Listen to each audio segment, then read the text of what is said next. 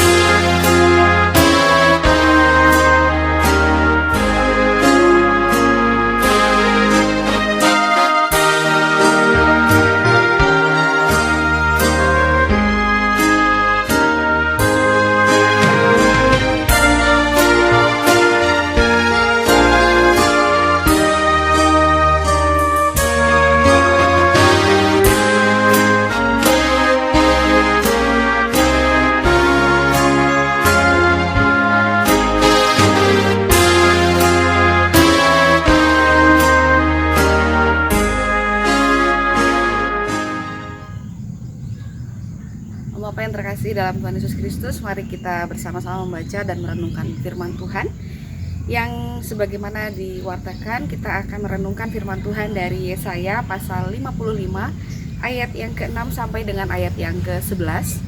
Saya akan bacakan bagi kita sekalian. Yesaya pasal 55 ayat 6 sampai dengan ayat yang ke-11 demikian. Carilah Tuhan selama Ia berkenan ditemui. Berserulah kepadanya selama Ia dekat. Baiklah orang fasik meninggalkan jalannya, dan orang jahat meninggalkan rancangannya. Baiklah ia kembali kepada Tuhan, maka Dia akan mengasihaninya, dan kepada Allah kita, sebab Ia memberi pengampunan dengan limpahnya. Sebab rancanganku bukanlah rancanganmu, dan jalanmu bukanlah jalanku. Demikianlah firman Tuhan. Seperti tingginya langit dari bumi, demikianlah tingginya jalanku dari jalanmu dan rancanganku dari rancanganmu. Sebab seperti hujan dan salju turun dari langit dan tidak kembali ke situ, melainkan mengairi bumi, membuatnya subur, menumbuhkan tumbuh-tumbuhan, memberikan benih kepada penabur dan roti kepada orang yang mau makan. Demikianlah firmanku yang keluar dari mulutku. Ia tidak akan kembali kepadaku dengan sia-sia, tetapi ia akan melaksanakan apa yang ku kehendaki dan akan berhasil dalam apa yang kusuruhkan kepadanya. Demikian firman Tuhan. Om apa yang terkasih dalam Tuhan Yesus Kristus, kita coba hitung berapa usia oma opa pada saat menikmati persekutuan secara online saat ini. Ada yang 58, 60, 65, 70, bahkan mendekati 80. Tapi tidak hanya itu pertanyaan saya ingin juga bertanya, seberapa kenal oma dan opa pada kuasa Tuhan selama usia yang terus bertambah sampai dengan saat ini dibilang usia keemasan atau usia indah. Maka seberapa juga oma opa sudah mengenal rancangan Tuhan itu seperti apa sih dalam kehidupan manusia, atau secara pribadi dalam rancangan kehidupan oma opa pribadi, seperti apa sih Tuhan yang dikenal? Ternyata setiap jawaban bisa saja berbeda. Pengalaman oma opa dalam berjumpa dan merasakan kuasa Allah tentu juga beda-beda. Tapi perbedaan itu ternyata tidak membuat kita semakin jauh dari Allah. Justru malah semakin kita mengenali Allah dari berbagai sudut pandang pengalaman sesama, membuat kita jadi memiliki gambaran, oh Allah yang kita kenal itu ternyata Allah yang tidak bisa terselami. Bahasa sederhananya itu Allah yang kita sembah adalah Allah yang misteri. Kata misteri di sini bukan seperti misteri rumah hantu atau misteri tempat yang memiliki keangkeran tersendiri begitu ya. Itu tentu kemisteriusan yang berbeda. Misteri kuasa Allah kita maknai sebagai suatu kuasa yang tidak dapat kita pikirkan dengan logika, tidak dapat kita ukur dengan ukuran manusia, dan tidak dapat kita tebak atau kita duga seperti apa yang dipikirkan kita. Kuasa Allah tidak mudah terselami. Kuasa Allah itu ternyata tidak dapat kita pikirkan seperti matematika, yang kalau sudah Allah bertindak dengan seperti ini maka akan terjadi seperti itu. Jika seseorang berbuat salah, dia pasti akan dihukum. Kalau seseorang berbuat soleh, maka dia pasti akan diberkati. Sebenarnya itu adalah statement iman yang kita mau berusaha untuk melogikakan kuasa Allah. Kenyataannya, Om Apa sendiri bisa membuktikan, apakah selalu orang soleh itu mendapatkan berkat? Apakah selalu juga orang yang berbuat salah itu dapat hukuman segera? Tidak, bukan? Nah, di sini kita melihat bagaimana rancangan Allah bukanlah rancangan manusia. Jalan Allah juga beda dengan jalan manusia. Apa yang Oma Opa alami dalam kehidupan sehari-hari adalah menjadi cara kita untuk berusaha mengenal Allah yang tak terselami. Allah yang tidak mudah ditebak, Allah yang tidak mudah kita ukur dengan pikiran manusia, atau Allah yang misterius itu membuat kita selalu semakin ingin mengenal. Kenapa kok Allah seperti ini? Apa maksudnya ya Allah bertindak begini dan seterusnya. Nah, sikap dan kerinduan kita untuk selalu mengenal terus Allah yang seperti apakah ini maksudnya, kehendak Allah itu bagaimana dalam kehidupan kita, itu adalah hal yang baik. Yesaya mengatakan di ayat yang ke-6, carilah Tuhan selama ia berkenan ditemui. Ini pun adalah pernyataan yang menyatakan kepada kita, tidak selamanya ternyata Allah itu mudah untuk kita jumpai. Tidak selamanya Allah itu selalu dapat kita temukan dalam pengalaman hidup kita. Apakah karena kita yang sangat terbatas dalam kita memikirkan Allah? Bisa jadi iya. Tapi ternyata juga bisa jadi apa yang dilakukan atau apa yang disampaikan oleh Yesaya ini menunjukkan bahwa tidak selamanya Allah itu mudah untuk kita dekati dengan pikiran kita.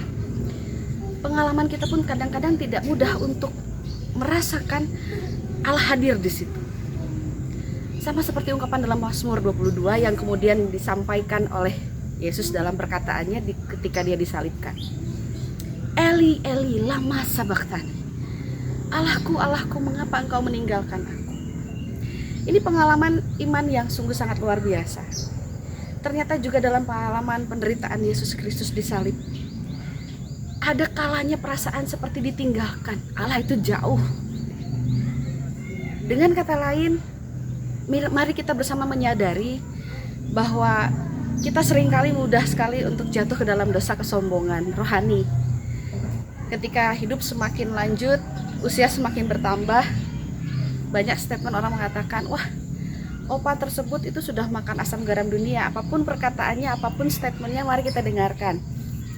Oma tersebut sudah banyak sekali pengalamannya, suka dan duka dijalani.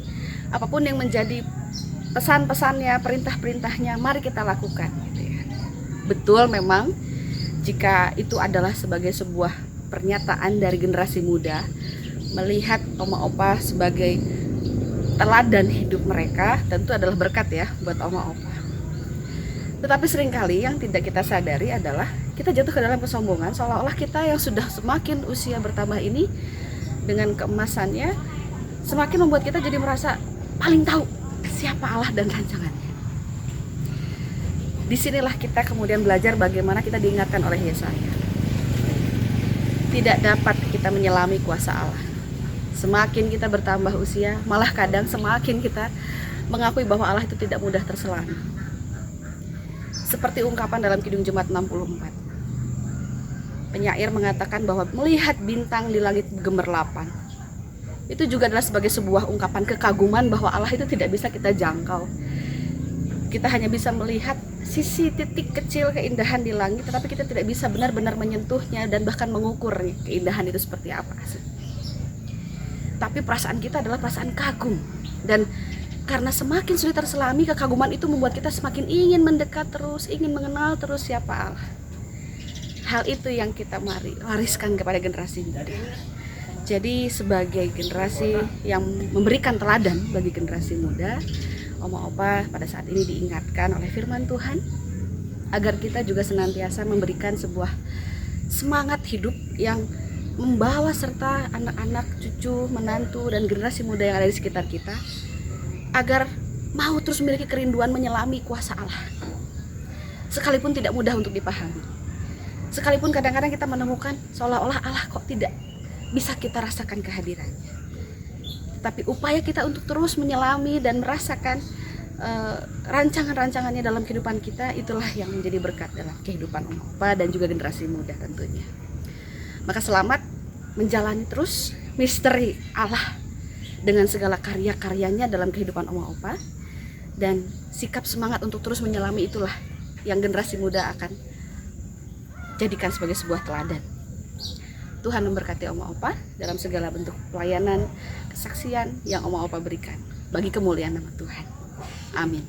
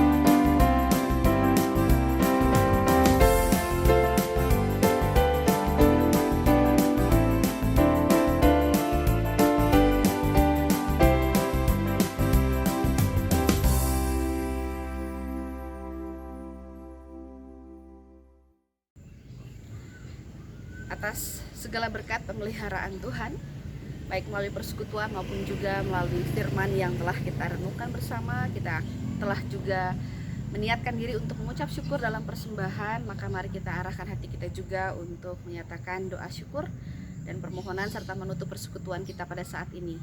Kita bersatu hati berdoa.